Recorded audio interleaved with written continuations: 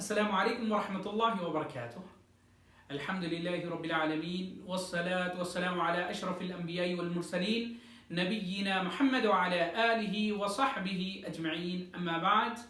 محترم سامعین کرام، زکوٰۃ فطر اور اس کے احکام و مسائل سے متعلق چند باتیں سماعت فرمائیں. اللہ تعالیٰ سے دعا ہے کہ اللہ تعالیٰ ہم تمام کے اس مبارک مہینے میں کیے جانے والے تمام عبادتوں کو قبول فرمائیں. زکوٰۃ فطر کسے کہتے ہیں؟ رمضان المبارک کے اختتام پر جو مخصوص مقدار میں فقراء و مساکین کو واجب طور پر ادا کیا جاتا ہے اسے زکوٰۃ فطر کہتے ہیں، جسے عام زبان میں فطرہ اور فطرانہ بھی کہا جاتا ہے. اس کا حکم کیا ہے؟ اس کا حکم ہر مسلمان پر یہ فرض ہے. اس تعلق سے ہم کو صحیح بخاری اور صحیح مسلم میں حضرت عبداللہ ابن عمر رضی اللہ تعالیٰ عنہما سے ایک حدیث ملتی ہے کہ انہوں نے فرمایا کہ فرض رسول اللہ صلی اللہ علیہ وسلم زکاة الفطر ساع من تمر او ساع من شعیر على العبد والحر والذکر والانثى والصغیر والکبیر من المسلمین وامر بها ان تؤدی قبل خروج الناس الى الصلاة، کہ آپ نے فرمایا کہ ہر مسلمان پر آزاد ہو یا غلام، مرد ہو یا عورت، چھوٹا ہو یا بڑا، ایک سا کھجور، ایک سا جو بطور زکوٰۃ الفطر ادا کرنا فرض ہے. اور حکم دیا کہ اسے نبی کریم صلی اللہ علیہ وسلم نے حکم دیا کہ لوگ اسے نماز کو، عید کے لیے نماز پڑھنے جانے سے پہلے اس کو ادا کر دیں، نکال دیں. اس کی حکمت کیا ہے؟ اس کا مقصد کیا ہے؟ شریعت نے ہم پر کیوں اس کو فرض کیا ہے؟ اس کے دو مقصد ہم کو نبی کریم صلی اللہ علیہ وسلم نے بتائیں، جیسا کہ حضرت عبداللہ ابن عباس رضی اللہ تعالیٰ عنہ سے روایت ہے کہ انہوں نے فرمایا کہ فرض رسول اللہ صلی اللہ علیہ وسلم زکاة الفطر طہرۃ للصائم من اللغو والرفث وطعمۃ للمساکین، رواه ابو داود وحسن الالبانی، کہ نبی کریم صلی اللہ علیہ وسلم نے زکاة فطر کو فرض قرار دیا ہے. جو روزے دار کو روزے کی حالت میں لغو اور بیہودہ جو الفاظ اس کی زبان سے نکل جاتے ہیں یا جو کام اس کے سے سرزد ہو جاتے ہیں، یہ زکوٰۃ اسے پاک کر دیتی ہے. دوسرا جو مقصد بتایا گیا ہے کہ یہ مسکینوں کی اس سے ان کو غذا فراہم ہو جاتی ہے، وہ مانگنے سے بچ جاتے ہیں. یہ دو چیزیں جو مقصد بتائے گئے ہیں، پہلا مقصد تو یہ ہے کہ جو کوتاہی انسان سے عمدن یا سہون بتقاضۂ بشریت سرزد ہو جاتی ہے، بیہودہ کلام، بیہودہ باتیں یا کوئی کام ایسا سرزد ہو جاتا ہے جس کی وجہ سے روزے پر اثر پڑتا ہے، تو یہ زکوٰۃ اس کی تلافی کر دیتی ہے. دوسرا یہ کہ معاشرے میں جو غریب مسلمان، جو غریب و مسکین، نادار، مفلس لوگ رہتے ہیں، جن کے پاس کھانے کے لیے کچھ نہیں ہوتا، عید کے دن بھی وہ ہم کو حکم دیا گیا ہے کہ تمام مسلمانوں کی عید کی خوشیوں میں شامل کیا جائے. اور فطرے کا ایک مقصد یہ بتایا گیا ہے کہ تاکہ وہ لوگ عید کے دن مانگنے سے، ادھر ادھر پھرنے سے اور کیا ہے گداگری سے بچ جائیں. یہ مقصد بتایا گیا ہے. یہ دو مقصد بتائے گئے ہیں. اب یہ دیکھیں گے کہ زکوٰۃ فطر کن لوگوں پر فرض ہے، کن لوگوں پر فرض ہے. جیسا کہ میں نے آپ کے سامنے ابھی حضرت عبداللہ ابن عمر رضی اللہ تعالیٰ عنہما کی حدیث پیش کی ہے کہ جس پہ نبی کریم صلی اللہ علیہ وسلم نے فرمایا کہ چھوٹا بڑا، مرد عورت، غلام ہو یا آزاد ہو، تمام پر زکوٰۃ فطر کیا ہے؟ فرض ہے. البتہ وہ بچہ جو ماں کے پیٹ میں پل رہا ہوتا ہے، جسے جنین کہا جاتا ہے، اس کے تعلق سے علماء کہتے ہیں کہ اس پر فرض نہیں ہے بلکہ یہ مستحب ہے. اگر کوئی نکالے تو اچھا ہے لیکن اس پر فرض نہیں ہے. اور زکوٰۃ فطر کون ادا کرے گا؟ کیونکہ گھر کا جو سرپرست ہے وہ ادا کرے گا، وہ اپنی جانب سے، اور اس کے زیر کفالت جتنے لوگ ہیں ان تمام کی جانب سے گھر کا سرپرست ادا کرے گا.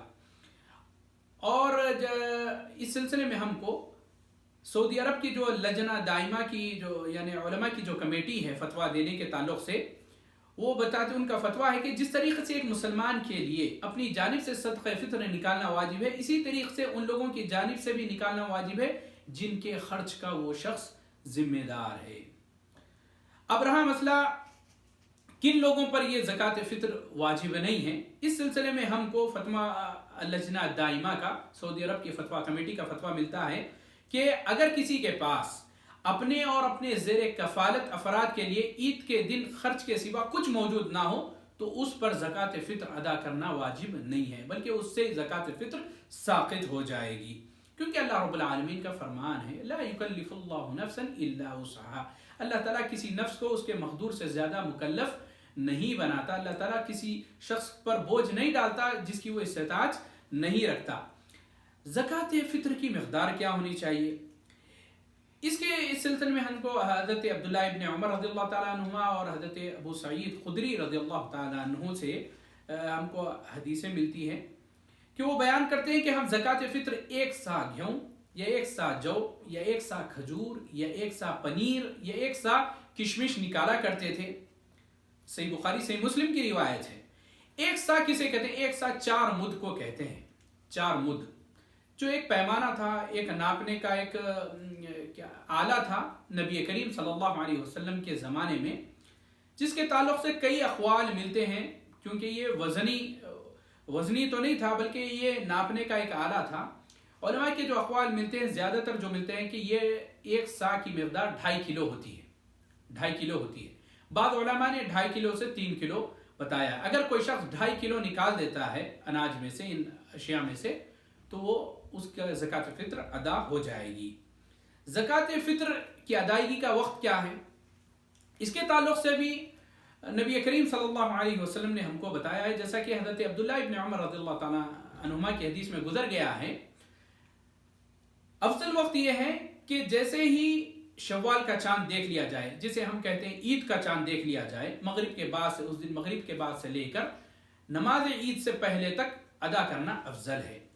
لیکن عبداللہ ابن عمر رضی اللہ تعالیٰ عنہ سے ایک روایت ملتی ہے ہم کو، بخاری کی روایت ہے، جس میں آپ فرماتے ہیں وَكَانُوا يُعْطُونَ قَبْلَ الْفِطْرِ بِيَوْمٍ أَوْ يَوْمَيْنِ، 1 دن یا 2 دن پہلے بھی اس کو ادا کیا جا سکتا ہے، لوگوں کی سہولت کے لحاظ سے، آپ کی سہولت کے لحاظ سے، اور لوگوں تک آسانی کے ساتھ غلہ اناج پہنچنے کے لحاظ سے 1 دن پہلے یا 2 دن پہلے بھی اس کو نکالا جا سکتا ہے۔ لیکن افضل وقت یہ ہے کہ چاند دیکھنے کے بعد، عید کا چاند دیکھنے کے بعد سے لے کر نماز عید ادا کرنے سے پہلے تک ادا کر دیا جائے۔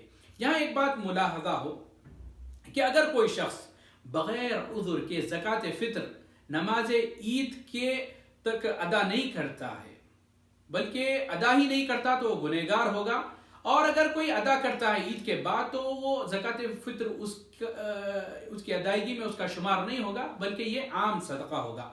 نبی کریم صلی اللہ علیہ وسلم نے فرمایا من اداها قبل الصلاة فهو زکاة مقبولہ ومن اداها بعد الصلاة فهي صدقة من الصدقات، کہ جس نے نماز عید سے قبل ادا کیا تو وہ مقبول صدقہ ہے، یعنی اس کی زکوٰۃ فطر ادا ہو جائے گی، اور جس نے نماز عید کے بعد ادا کیا تو وہ عام صدقہ شمار کیا جائے گا، زکوٰۃ فطر شمار نہیں کی جائے گی۔ ابو داؤد کی روایت ہے یہ، اور امام البانی رحمۃ اللہ علیہ نے اس حدیث کو حسن قرار دیا ہے۔ اس سلسلے میں ہم کو فتویٰ اللجنہ دائمہ جو سعودی عرب کی فتویٰ کمیٹی ہے، اس کا ایک فتویٰ بھی میں آپ کے سامنے رکھ دوں کہ زکوٰۃ فطر نکالنے کا آخری وقت نماز عید ہے، لہذا جس نے بلا عذر کہ نماز عید سے پہلے نہ نکالا تو وہ گنہگار شمار ہوگا، اسے چاہیے کہ اس گناہ سے توبہ کریں اور یہ صدقہ فقیروں کو دے دے۔